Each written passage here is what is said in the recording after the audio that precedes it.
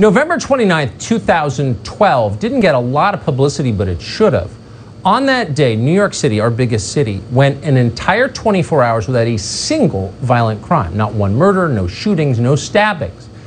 That's a tremendous achievement for any city of 8 million, but it was a remarkable milestone for New York. Just 20 years before, New York City had averaged more than 5 murders a day. Then it became one of the safest big cities in the world. In the last month, though, that achievement and similar reductions in crime in big cities across America have unraveled, and unraveled with shocking speed. Yesterday alone in New York City, there were 30 shootings and 10 murders. In the first 6 days of the month, almost 100 people have been shot in New York City. In the past 28 days in New York, shootings have tripled compared to the same time a year ago.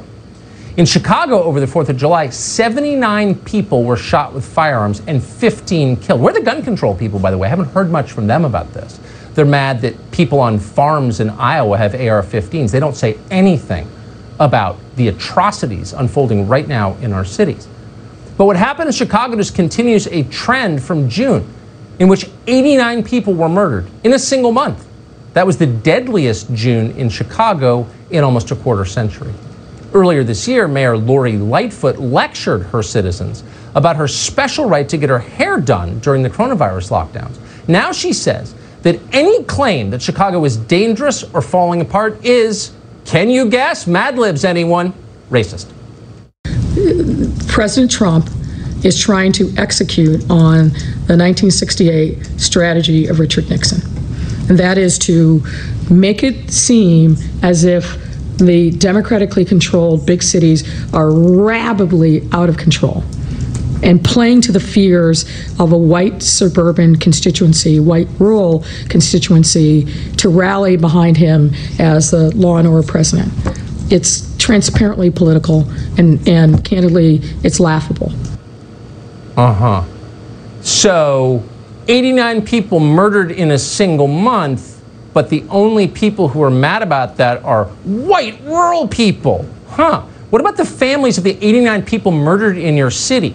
Mayor Lightfoot calls it, quote, laughable.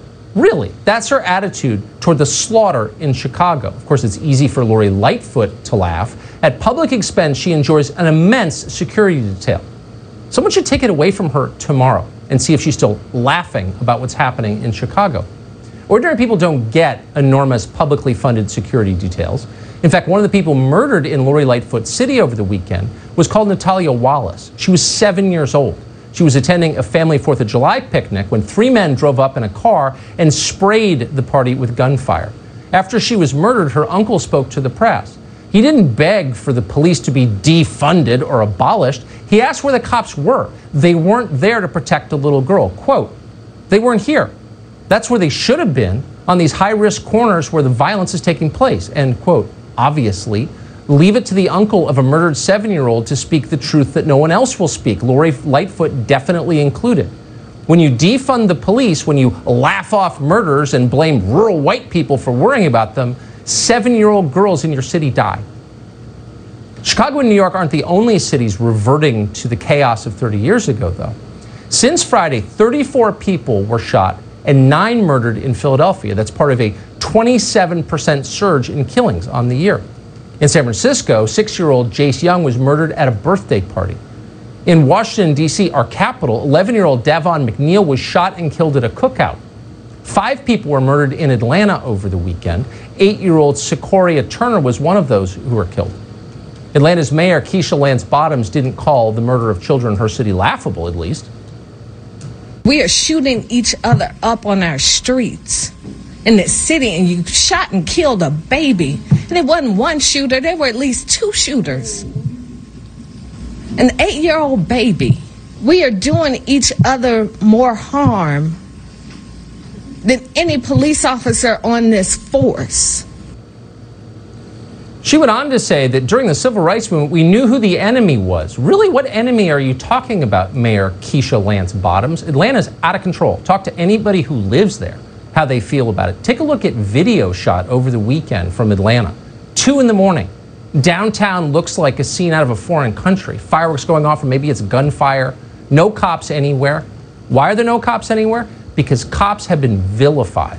And no matter what politicians say, almost all of them are participating in this retreat from enforcing the law. And the effect of that, to no one's surprise, is the death of young children.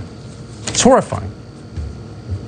Bob Woodson has seen all of this. He was a part of the original civil rights movement more than 50 years ago, and he's been chronicling the fate of our cities ever since. He's the founder of the Woodson Institute, and we're always pleased to have him on the show. Mr. Woodson, thanks so much for joining us. What do you make of what's happening? Well, it's been part of a trend for 10 years, but the left has abandoned all pretense of really fighting for social justice. Low-income blacks are just collateral damage to their efforts to just demean and destroy these civic institutions in this country.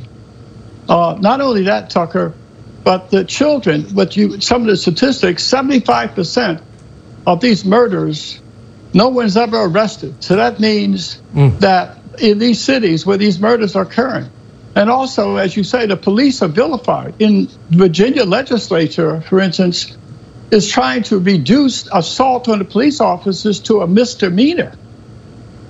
Can you imagine if he said the same thing about blacks? We want to reduce assault on blacks to a misdemeanor, what the outcry would be. But this person feels as if they can do this to a police officer. But it means that our children are dying, and low-income blacks are the ones who are suffering the most in this outrage. And Black Lives Matter, they are not answering the question then, if racism were the single culprit, why are black children and black people dying and being destroyed in institutions run by their own people?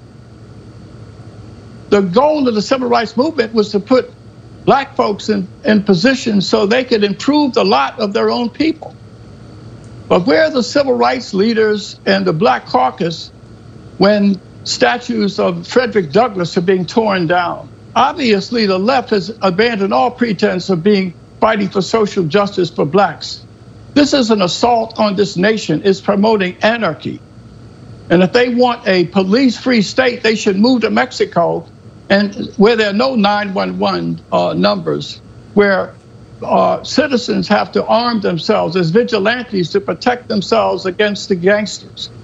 Is that what they want for America? I don't think so. But what we're fighting for is to give those dissident voices of these moms who are dying. And I mean, these children that are dying and losing children in these cities, Tucker. And what we're trying to do at 1776 is give the voice to those. There are a lot of insurgent voices in the black community that are not getting recognized or not being heard. And we're trying to give them a voice so they can speak for themselves instead of being told by radical leftists that their biggest problem is racism.